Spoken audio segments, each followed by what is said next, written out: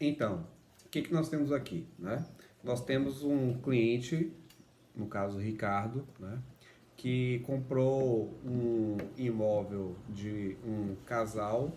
No caso, o casal ele é composto pelos filhos de Praxedes, né? E pagou esse valor à vista, entretanto, está precisando de um financiamento perante a Caixa Econômica Federal e não consegue porque o imóvel está irregular, né? O imóvel não está em nome de Ricardo, que foi de comprou, também não está em nome de Cláudia, nem de Benedito, que foi que vendeu, mas está em nome de Praxedes, né? Falecido, e na verdade foi o dono da herança que foi reservada para Cláudia e para Benedito, tá? Então, veja só, neste caso aqui, o que se pretende é uma ação judicial a fim de que Ricardo consiga fazer o registro deste imóvel em seu nome, né, perante o cartório de imóveis, assim para que dessa forma ele venha a conseguir o financiamento, seja perante a Caixa Econômica ou qualquer outra instituição financeira que ele venha a querer, tá? Nesse caso aqui, a ação cabível, né, como se refere a bem imóvel, né, então necessariamente ela vai ter que ser proposta em face do lugar aonde está situado o imóvel, tá? O caso aqui diz, por exemplo, que Ricardo ele é de Vitória, né, no Espírito Santo, mas que o casal, né, a mãe e o filho, que na verdade são Benedito e Cláudia, vivem em Campinas. Entretanto, o imóvel, objeto da lide, ele está situado em Itacaré, né? Então, nos termos do artigo 47 do Código de Processo Civil de 2015, né, o juízo competente vai ser a Vara Civil da comarca de Itacaré, na Bahia, tá? Quem vai propor a ação será Ricardo, né? Então tem que fazer a qualificação dele, dizendo que ele é empresário, que ele reside em Vitória, no Espírito Santo. E contra quem que eu vou mover a ação, né? Veja só, se não tivesse ação de inventário, né, essa ação seria contra o espólio de Praxedes, né? Entretanto, como existe uma sentença de partilha do inventário de Praxedes que concedeu o título do imóvel para os dois herdeiros, quais sejam Cláudia e Benedito, então serão os dois os réus da ação, né, para que eles então procedam com as diligências para que se faça o registro, tá? Então, ação perante o cartório, né, civil da comarca de Itacaré, ação movida por Ricardo contra Cláudia e Benedito, né? Liste consórcio passivo. Qual vai ser a ação, né? Nesse caso aqui, nós temos um pedido que ele é chamado pedido de adjudicação compulsória, né? O que é o pedido de adjudicação compulsória?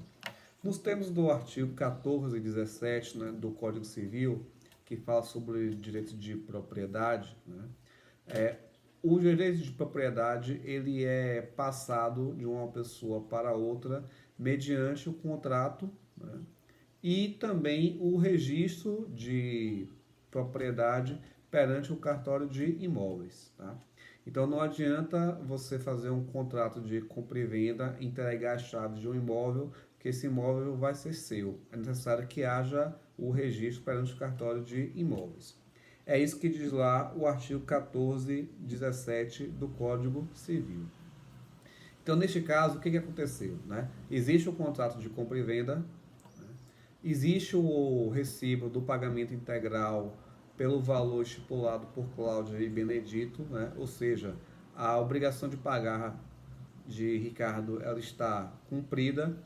Entretanto, Cláudia e Benedito não cumpriram a obrigação de formalizar o registro no cartório de imóveis, a fim de que esse contrato ele venha a ser notificado, venha a ser registrado perante o cartório de imóveis de Itacaré, né? Acontece o seguinte, né? O registro, ele é um pedido, né? Ele é um bem jurídico relativo ao direito pessoal, né? Então você tem o direito de registrar a coisa. Mas, efetivamente, como vocês sabem, o direito de posse ele é um direito real. Então, pelo fato de você já ter as chaves do imóvel, né? Então, teoricamente, você já tem direitos reais sobre aquele imóvel, né? Direitos possessórios, de usar e gozar da coisa, né? Você não pode dispor, porque a disposição apenas se refere ao direito de propriedade, que é usar, gozar e dispor, certo? Então vamos seguindo, né? Neste caso aqui, nós temos a consideração da boa-fé de Ricardo. Por quê? Porque Ricardo ele comprou um imóvel de Benedito e Cláudia, né? Compreendendo que o imóvel estava devidamente regularizado e que de fato Cláudia e Benedito eram os proprietários do imóvel, né? Então, nós temos aí um contrato de compra e venda. O contrato de compra e venda foi reconhecido em cartório de notas, né, com firma reconhecida, conforme o caso diz, e houve a quitação integral do preço determinado pela venda do imóvel, certo? Então, neste caso aqui, nós temos como aplicar a súmula 239 do STJ, né, que ela diz o seguinte: o direito à adjudicação compulsória não se condiciona ao registro do compromisso de compra e venda no cartório de imóveis. Então, o que isso quer dizer? Né? Que o direito de Ricardo acerca da propriedade do imóvel que ele comprou de Benedito de Cláudia, ela não pode ser viciada, né? Ou não pode ser obstada pela mera inexistência do registro deste contrato de compra e venda perante o cartório de imóveis, né? Então, isso é um óbice legal, mas configura-se mera formalidade, porque existia desde já, né, a boa-fé acerca da celebração do contrato, bem como a entrega das chaves, bem como a quitação do preço estipulado, né? Então, neste caso aqui, o direito de adjudicar, né, ou seja, de ter efetivamente a propriedade sobre o imóvel, ela não pode ser obstada por parte do comprador em razão de ter problemas acerca do registro deste imóvel perante o cartório de imóveis, certo? Então, com base no artigo 14 e 17 do Código Civil, né, aliado com a súmula 239 do STJ, é que nós vamos ter então a nossa fundamentação jurídica, certo? Então, primeiro, nós vamos alegar nos fatos, né, de que foi comprado o imóvel, que o valor foi pago integralmente, né, então foi quitado devidamente, que o imóvel foi adquirido de Cláudio e de Benedito, que receberam de herança de Praxedes, que é quem está com o último registro perante no cartório de imóveis de Itacaré, né? Mas que, com base no artigo 14 e 17 do Código Civil, aliado com a súmula 239 do STJ, é direito de Ricardo que ele venha a ser adjudicado do imóvel e, por conta disso, que o imóvel seja registrado perante o cartório de imóveis, né, em nome dele, né, lá na comarca de Itacaré, certo? Como é que eu vou provar esse direito fundado no artigo 1417 e no artigo na súmula 239 do STJ?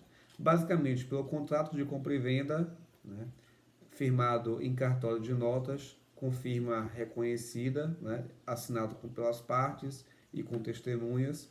Eu vou também ter os recibos, né, de pagamento de que houve a quitação integral pela compra do imóvel e eventual prova testemunhal, né? Qualquer pessoa que saiba que de fato aquele contrato ele foi feito de mais inteira boa-fé e que em nenhum momento foi colocado que havia problemas administrativos ou formais acerca do registro do imóvel, tá?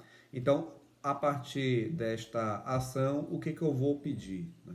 Primeiro, eu vou pedir a citação dos réus, né, lá em Campinas, citação por AR, né?